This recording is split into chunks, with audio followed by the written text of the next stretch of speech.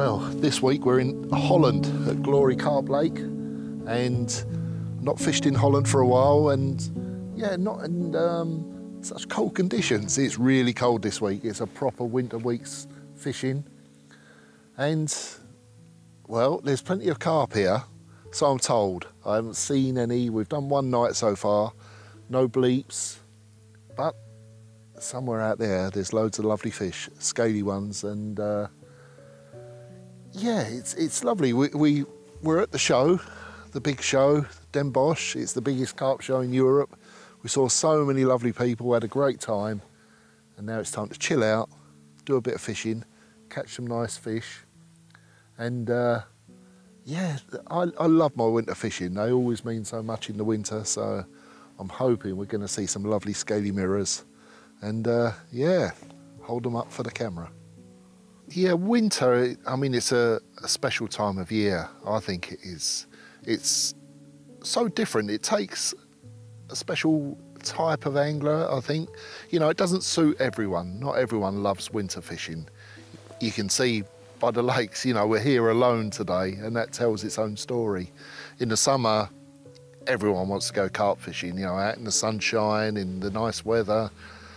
And here, you know, it gets down to a little bit more hardcore.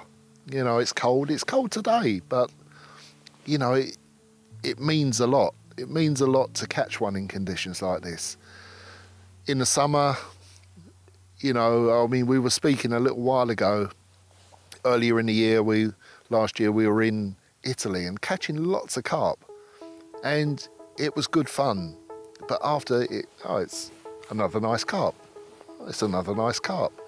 And this time of year, you know, you don't catch as many, for sure you don't catch as many, but when you do get one, it means everything, you know, the winter colours, the oranges and the pinks, and generally the size as well. You know, they're at good sizes this time of year, they're best weights normally. So for me, personally, catching one this time of year, they're the ones you remember, the special ones. You know, it's lovely to catch 10 or 15 carp in a day, you know, but when you catch one at this time of year, they're the ones that stick in here. So yeah, for the carp, I suppose it's hard for them. They're naturally animals that prefer warmer weather, so for them it's time for them to group up with friends. That's generally what they do, tend to group up a lot more, and find areas where they want to be. You know, there's a lot of water out there where there will be no fish. In the summer, they're everywhere, you know, at all the corners, all the deep areas, everywhere you look. At some space during 24 hours, the carp will probably visit there. This time of year, it's different. They find areas where it's a little bit warmer, the thermocline, you know, we call it, where certain levels of water will just be warmer than others. And the carp, you know, they know how to find those, and they will find levels, they will find areas, and often it's the same areas year after year where they would just feel happier, and that's where they're going to be, you know. So somehow we have to try and find those, and yeah, it's all part of winter fishing. That's what winter fishing is all about. It's different, it can be harder, but yeah, it means the world when you get one. Conditions wise, you have to think about bait and style of bait and amounts of bait, everything really. You have to think about it a lot more in winter than you do in the other seasons. You know, the other seasons, the carp are just more hungry. They're more open to a bigger variety of food. Yeah, in the winter, yeah, you have to sort of cater to what the fish want. You know, the fish don't want so much food. The feeding spells are shorter, you know, and that's what you got to think about. They're not gonna, they want to use their energy as efficiently as possible. So that means not doing so much during the day. Their feeding spells might only be 1 or 2 hours in 24-hour period. And what they want to do is use the least energy possible to get the most amount of energy into their bodies. So, you know, for me, bait-wise, I want to use a high-energy bait, but also high attract baits.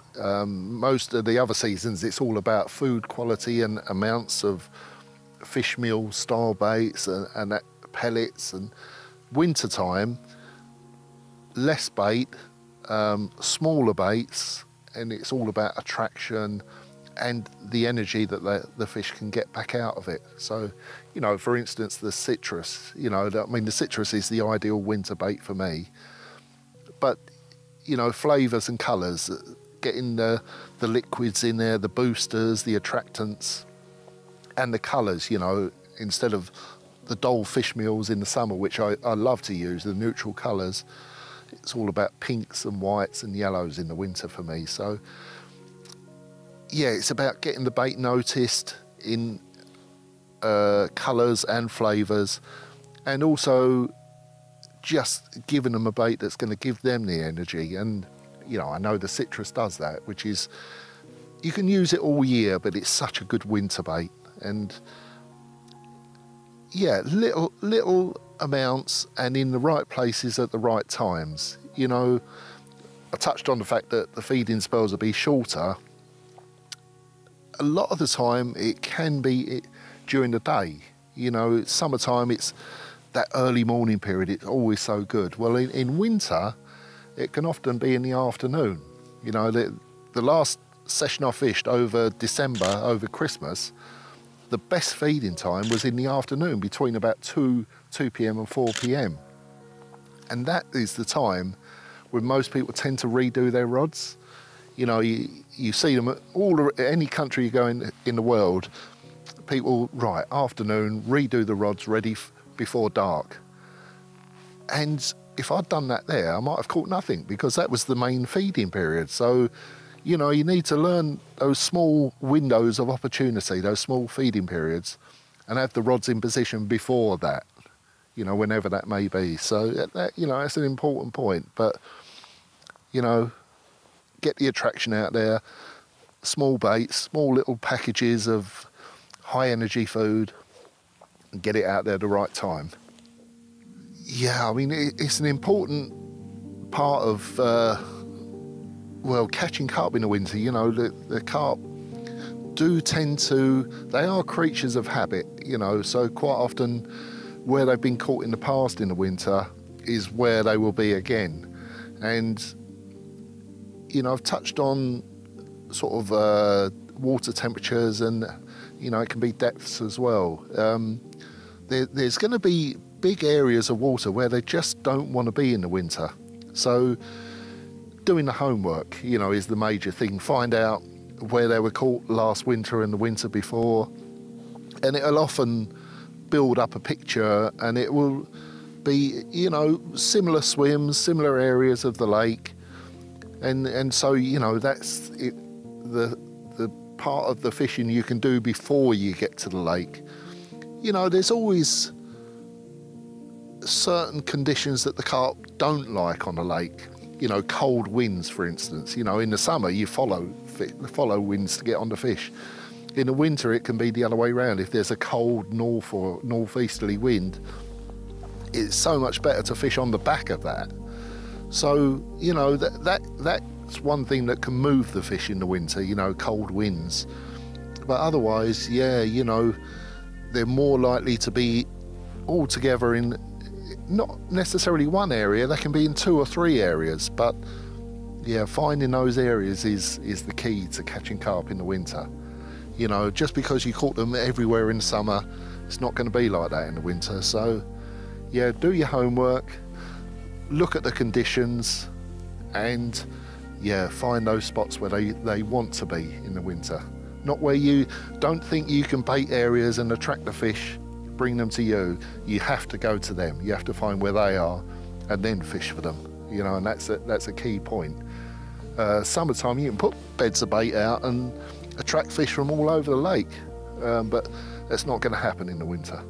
So yeah, homework and keep looking.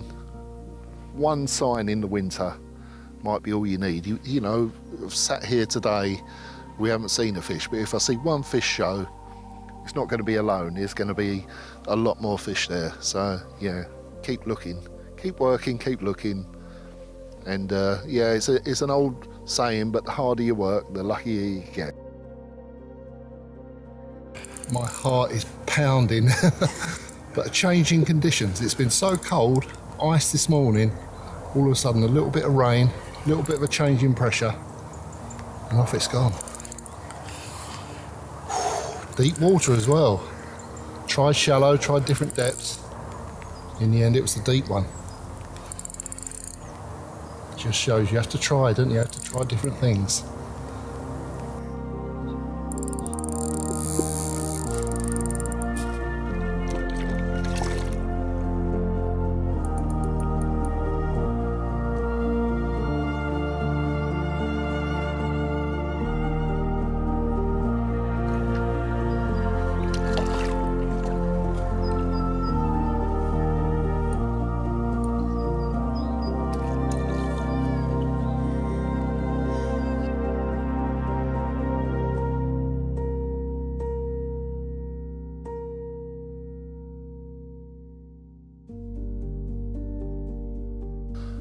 What a lovely surprise.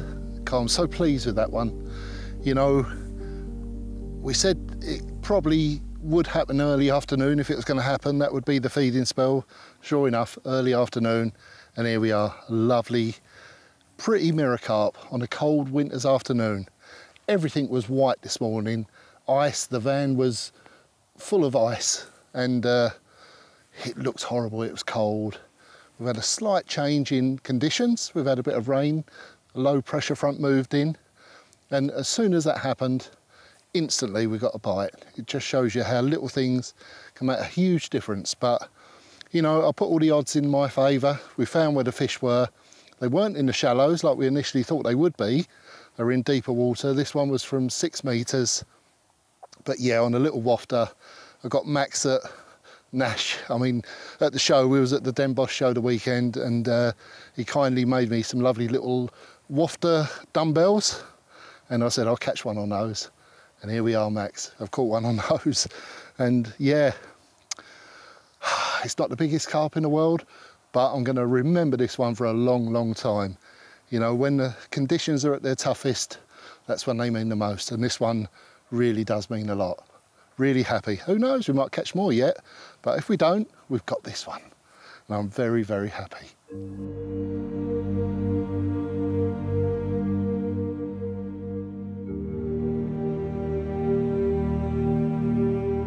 Yeah, I mean, the biggest lessons are about keeping warm, really, and being comfortable.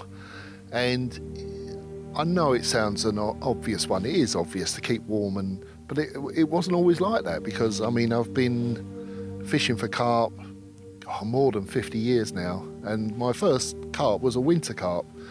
And when I think back to those days, you know, we had nothing. We didn't have warm clothes, we didn't have good sleeping bags, but I was so keen to go fishing that I just froze. Most of the time we didn't know any different, you know, so I was cold and uncomfortable, but I just wanted to be there, and you know, and now I look back and think how silly I was, really. You know, now we have so many nice warm clothes and, you know, hats and everything, and yeah, and I fish so much better when I'm warm and comfortable. So, you know, there's a big lesson, you know, just be warm and comfortable. It's not hard these days, you know, all the materials are out there, the sleeping bags, the bivvies, the covers for the bivvies, you know, so yeah, just use them, you know, because yeah, you fish when you're comfortable, you fish so much better. Enjoy being there, you know, enjoy being on the banks when there's not many other people around. If you're a social angler that likes being out with all your mates, yeah, I can understand why winters aren't so much fun, you know, because your mates don't want to be out in the cold. But yeah, I mean, obviously it's so important to keep warm and dry and comfortable. And well, I suppose I have two different styles of fishing in the winter. You know, I mean, there's me on my own, and there's me with Joan, you know, as a pair. So the bivvies, the standard is the same, you know, keeping warm and dry and comfortable. when there's the two of us, we tend to use the blockhouse. You know, it's the bivvy that suits the two of us. It's got the room inside, so we can stand up, you know, and in the winter, you never know what you're going to get. You know, it could be freezing cold, it could be raining, and you might not be able to come out of the bivvy that much. So having that space, being able to stand up, stretch, and, you know, having room for two people, because even though it's based around sort of a 1.5 person bivvy, you know, it's plenty big enough for two. And yeah, that's our bivvy of choice. You know, the basics are the same. It's all about keeping warm and dry and comfortable.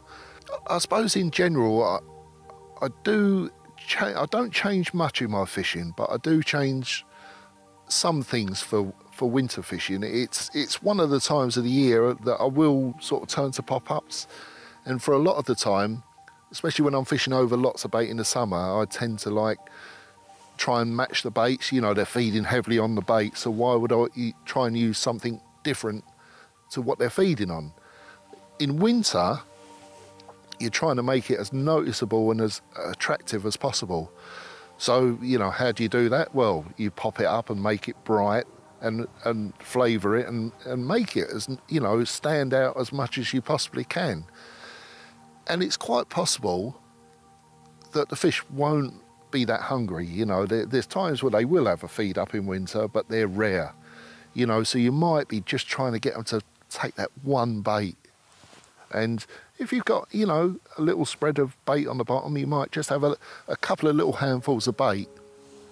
But if you've got that one little bright one sticking up above everything else, boosting flavour out there, you know, it might just be that one they pick up. And so you don't want it to be the one to the left or the one to the right. You want it to be your one with the hook in. And so, yeah, for me, thinking along those lines, it's going to be a pop-up. You know, I don't change rigs much. I use a multi-rig for a lot of my fishing, and the beauty of that rig is that you can use it with a bottom bait, you can use it with a wafter, but you can use it with a pop-up as well. So, you know, just add a bit of putty, put a pop-up on, you've got a pop-up rig. You know, it's as simple as that, it really is. But, you know, when you're trying to pick out a fish in really cold conditions, like today, I mean, it's hovering around freezing, they're not going to eat much, you know, they're not eating much, and you're trying to get them to eat that one little bait of yours, so you've got to make it as visible and as attractive as possible, and maybe, just maybe, that's the one they're going to pick up. You know, that's what I'm thinking in my, how can I make that one bait go in first? And that's the way, you know, that's my way of thinking. A bright pop-up, heavily flavoured. Don't use it all times of year, but this time of year it's the first thing I turn to. Yeah, for baiting, I mean, here I'm using the bait boat, so it just gets it into a nice little compact area, which is what I want this time of year. I don't want bait spread about all over the place. And, you know, it is an important point that it's worth making sure of the areas you want to put bait in the first place, because it's very easy to fish maybe a day on one spot and think, maybe that's not so good, I'll put it on another spot or another spot. And then by the end of the day, you've got 10 different little areas of bait out there, and then you're ruining your own chances. You need to really be as sure as possible about that initial spot, and then just stick to that as long as possible. You know, I mean, obviously, if you start seeing fish jumping in another area, then you're going to fish for them, but try not to spread bait about too much, and not too much of it. I'm a big fan of hemp seed. I love hemp seed at any time of year, but it's always been a good winter seed out of all of them. Nash make a very good one called the small seed mix, which that and hemp together makes a lovely mixture. And yeah, it's all about those different flavours at different attractors. So, you know, a bit of pellet in there, crumbed up boilies, a little bit of liquid. You know, I use the citrus syrup, all mixed in. So if you get it in your hand like that, you look at it and there's not much, there's not a big boilies, there's not big mouthfuls of food, but when it goes down, it spreads on the bottom, gives loads of attraction. But you know, there's just that one boilie from when they get down there, they look and think, oh, that's the food, you know. So yeah, that's about it. Yeah, small items, plenty of attraction, but don't spread it too far. The best part of winter fishing is catching one, really. You can say that at any time of year, but you know, you get so blasé when it's easy. The best part, you know, winter time, the fish, it's those beautiful colours and the sizes. Most times they're at their peak condition and peak weight in the winter, and just getting to see one, that's what makes winter fishing so special. You just never know.